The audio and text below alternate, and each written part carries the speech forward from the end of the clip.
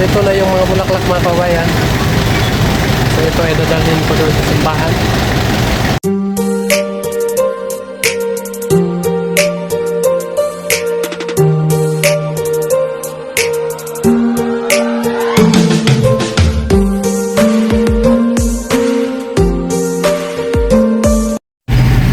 Magandang tanghali po sa inyo lahat mga kababayan. Kumusta na kayo dyan? So nandito naman po ako ngayon sa aking sasakyan. At punta naman ako doon sa Barangay Camaw mga kababayan, Panabo City. Dahil doon ko kukunin yung mga bulaklak mga kababayan at dadalhin ko doon sa simbahan. Para may mga bulaklak doon sa simbahan kasi walang bulaklak doon mga kababayan. Kaya ay naisip ko nga kunin na yung mga bulaklak doon para dadalhin na doon sa simbahan.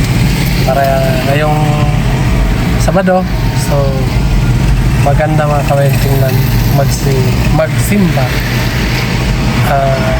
pag may mga bulaklak doon sa tabi-tabi. So, samahan nyo na lang ako mga kababayan sa pagpunta doon at magkuha ng bulaklak.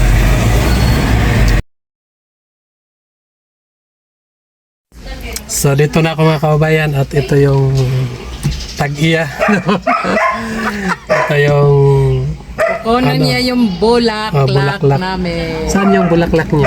Nadir dito. Ayan na, kunin natin. Yung bulaklak. Dili ko. An. Dini. Ay, pang-konti. Sini. Ito yung dadalhin ko doon mga kababayan sa ating simbahan.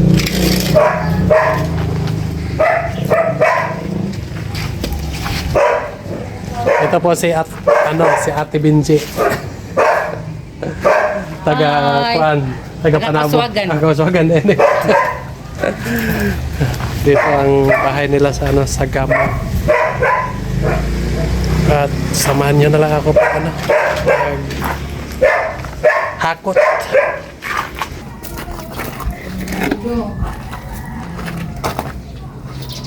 Gikuan lang na ni. Ano pasyente ba? Nagtapon na na.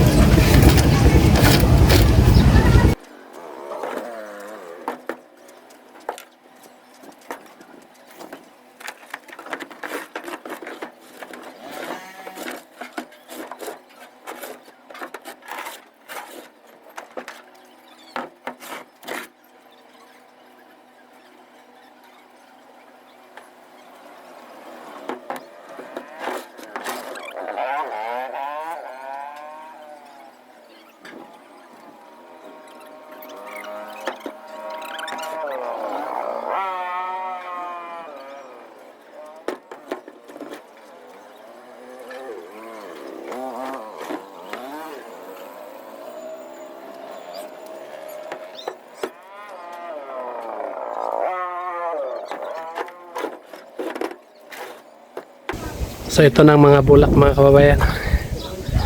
At ito yung tag-iya sa bulak. Binigay ko na bininta ko na kay dito kasi hindi ko na maalagaan. Bye bulaklak. Magbabay ka na sa bulak-bulak.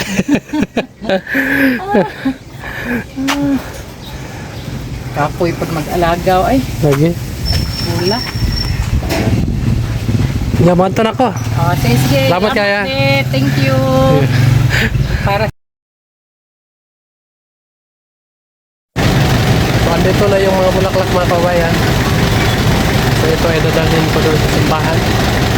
Doon ito na lang para man lang may bulaklak doon ng ating simbahan. So ako ay paalis na. Nagpagas lang ako.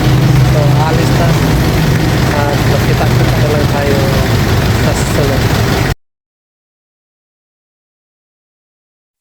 Ayun po mga kababayan, so nandito na ako sa simbahan, no? Ang init ng biyahe mga kababayan.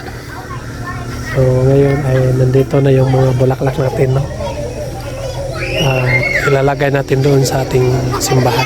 So ipakita ko sa inyo mga kababayan yung ating simbahan.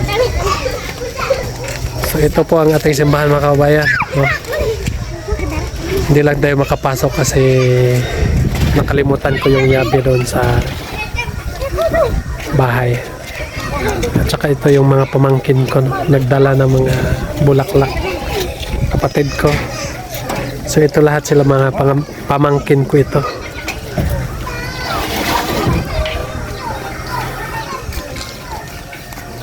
Doon muna namin ilalagay.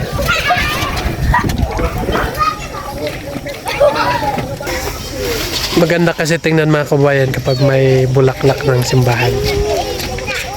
So tamang-tama na meron tayong bulaklak, no? Kami na lang ang mag-alaga ng mga bulaklak na ito para maganda tingnan. So at saka po ay nandito na rin yung yung balas. Angin pak opal untuk balas ya angin enggak.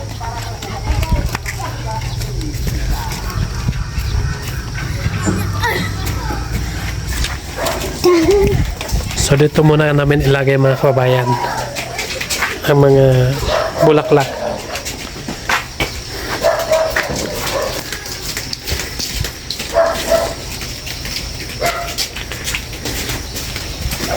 So kaya ginawa namin ng ganito kasi ito yung plano nga lalagyan ng bulaklak dito sa kilid. Pero ngayon sa ngayong Sabado, itong bulaklak ay doon natin lagay sa kilid. Diyan. Dito natin lagay sa kilid kasi maraming tao. So para maupuan dito sa mga kasamahan natin dito sa kilid. So itabi muna natin itong mga bulaklak natin doon sa baba. Okay na. Dadagdagan na lang namin pagtanim ng mga bulaklak dito sa kilid para maganda tingnan. Meron akong kapatid at meron din akong pamangkin. So sila na lang magtatanim. So ngayon, malapit na matapos yung pag-diskarga ng mga bulaklak. At meron na rin tayong buhangin, no? Itong buhangin natin, dadalhin natin doon sa alon. Kasi may simbahan din tayo doon nga kailangan i-flooring. So tamang-tama itong mga kababayan nga dadalhin natin doon sa alon. So, maraming salamat po sa lahat.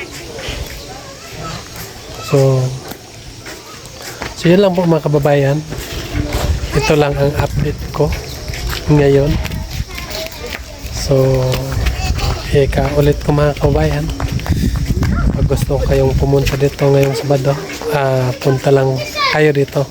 At saka dami-damihan nyo ang mga baon ninyo mga kababayan para mabubusog tayo. So yun lang, maraming salamat po. Mag-ingat kayo dyan palagi mga kababayan.